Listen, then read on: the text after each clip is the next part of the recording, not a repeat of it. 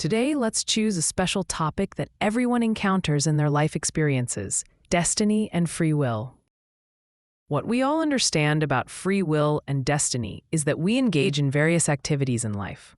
Why do we perform these actions? With a motivation, we undertake many activities aiming for results. However, surprisingly, some yield results, while others do not. To put it another way, can I achieve results or wish fulfillment? Does some invisible force is controlling our efforts? Or can a person accomplish anything by the force of his will? Because some people, no matter how many attempts they make, find their efforts ultimately unfruitful, while others may achieve substantial results with minimal effort. This leads to moments when a person becomes frustrated, questioning why this unseen force rewards no wish fulfillment, whether any solution is there to overcome. Many times, man has to become helpless spectator of his own miserable plight despite best efforts. To be or not to be. The eternal dialogue of Shakespeare drama of Hamlet haunts everyone's mind at one point or another in one's life. One stands at crossroads of life and introspects. What to do? Go forward or move backward? ? What some people say? It's all about self-effort. Everything is self-effort. There is no destiny. Everything is in our hands. There are also people who believe that we can achieve anything. However, normally, those who talk about self-effort and that everything is in our control are usually those who have achieved successes. Generally, those who attain success speak becomes Bible. Everything they say is accepted by the world. A success story has a significant impact on everyone. Every word they say becomes a commandment. But whether one's fate is under one's control in own hands, everything is predetermined? Is there any screenplay running behind every person's life in this world? And is that one who writes everyone's screenplay is God? Then no person can govern his own life. We should analyze thoroughly. In truth, the whole world today believes in one thing: karma. Nothing but karma. Karma is nothing but you reap what you sow in. Simply, you reap the reactions of your earlier actions. If you do good, this good will come back to you. This is a karmic principle. To express this scientifically, let us recall Newton's third law of motion. To every action, there is always an equal and opposite reaction. Similarly, when we analyze even financial accounts, for every debit, there is a credit.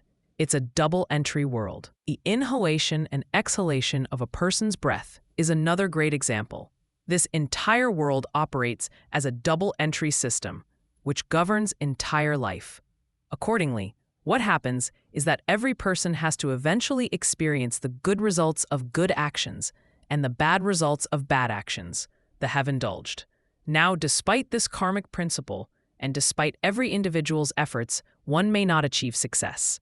Are there any reasons? Why our prayers not be answered, no matter how many different ways, methods, means one resorts? Is there some destiny that governs human beings? Are they merely puppets in its hands? Can a person alter this phenomenon? How can one govern his own fate? There is an amazing explanation in India regarding this subject matter. It is about a conversation between two individuals, none other than Sri Rama, the incarnation of God, and other side his master, his guru, Vasishta. In one particular moment, Sri Rama asks his guru Vasishta, if everything is predestined, or if a person's life is predetermined by fate, then why one should bound by any duty? Let his unchangeable fate determine everything. There is no obligation for anyone to fulfill, if at all fate directs everything. Vasishta responds to Rama, what you say is indeed true, Rama. If everything is predetermined, why one should struggle in life? Let one surrender to life, for good or bad, and go on. If that is the case, what need is there for any special effort to overcome one's suffering? However, there are two key points everyone must understand here. One is your past actions or past karmas, and the second is the present actions or karmas that you are doing today. Between these two, the past and present forces, this eternal struggle goes on, and whichever is stronger force, that alone ultimately conquers. This is the principle of karma. Therefore, Rama, as you certainly do not have control on the past, but believe that you have control on the present, you can improve your present, stronger than past evil forces, and be architect of one's destiny. The past is on one side, and the present is on the other. A constant battle goes on between the two. This battle is like two goats indulging head-on-head, fighting to outperform each other. Whichever one is stronger, that ultimately wins. This is the law of karma. Every person must experience this karmic principle.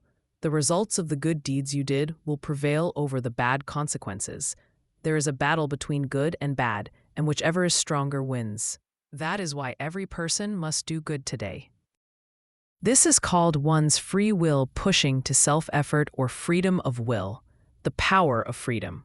Your effort will achieve ultimate success. That is why this effort is called the true divinity, the true God. A great living example of such efforts against all odds, all barriers, all impediments was the success story of great, legendary Thomas Alva Edison.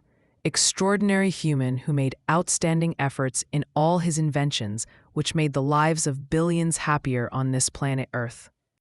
Please like, share, and subscribe. Thank you. Murthy CSR.